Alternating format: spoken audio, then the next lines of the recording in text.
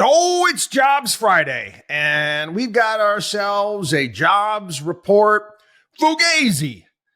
Yeah, I'm looking at this thing, and I can't help but harken back to Donnie Brasco, where you got picture this. You got like Lefty, played by Al Pacino. Oh my, this is a beautiful thing. This just job report's a beautiful thing. Look at this, like 353,000. It's a beautiful thing. And Donnie, no, sorry, Lefty, it's a Fugazi. This is not real. It's a fake.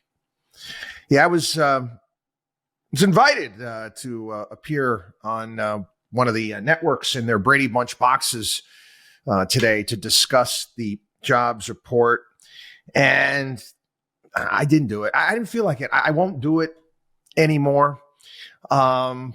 It's Groundhog Day, isn't it? I think today is. Again, the irony of that. You think about that great movie Groundhog Day, and Phil Connor being aggravated at the fact that he's got to go to Punxsutawney, Pennsylvania to cover the groundhog and the Groundhog Day. I put as much stock in these jobs reports as I would the ability for the groundhog to actually, let me know whether or not winter is going to be another 6 weeks. Because I know it is. Okay, I'm on Long Island. Summer doesn't start until like my birthday, the end of June.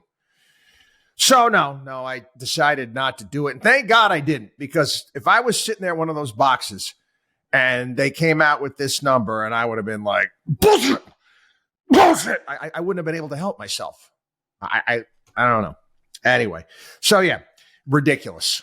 353,000 jobs. This while we constantly see layoff after layoff after layoff announcement after layoff announcement after layoff announcement. Talk to kids graduating from college this year and ask them how the jobs market is, whether or not they're able to go out there and find a job at this point in time. To ask kids that are looking to get internships and how difficult that has become. So, we're expected to believe this with, again, we got companies announcing layoffs all over the place. But no, the jobs report is great. And again, if you actually understand how the BLS calculates these numbers, you're a better person than I am, because it makes no sense whatsoever. Well, we got seasonal adjustments, and if this happens and then that happens, it's a Fugazi. Let me give you an example. Here we go. You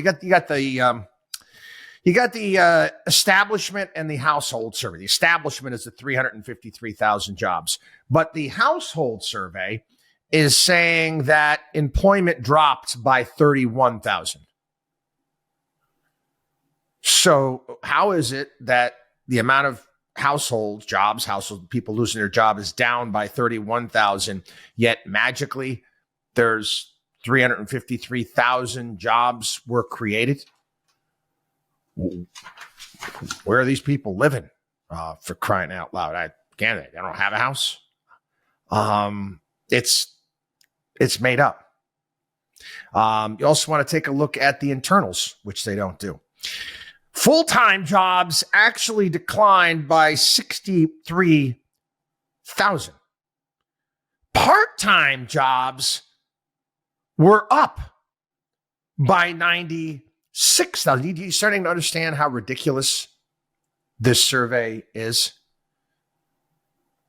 So, let's say if my son who's in high school gets a job part-time at the pizza joint here in our town, and let's say he works, on the weekends, at night, whatever it may be, and maybe he puts in, 8 to 10 hours a week. He's gainfully employed, is what you're saying? Okay. Well, again, it's the establishment survey. It's government. You got to listen to the government, what the government says. Right. And then they also talked about, oh my God, look at the wages. Wages have gone up. Oh my God, year over year, they're up 4.5%. Well, yeah, but the amount of hours worked a week is down. So essentially, they're not making any more money. They're working less hours. Is that, you following along with how ridiculous this entire thing is? But again, we got ourselves an election year. So, we got to make sure that we keep the incumbent in the White House looking as squeaky clean and as shiny and as fantastic as possible. But again, I've explained this. You can be your own do-it-yourself economist by just observing the world around you and what's taking place, what's happening out there. You can ask questions. You can do a better job of judging what really is going on in the economy than these ridiculous numbers that they try to, throw past us as some sort of economic reality. Right. WatchDog on WallStreet.com.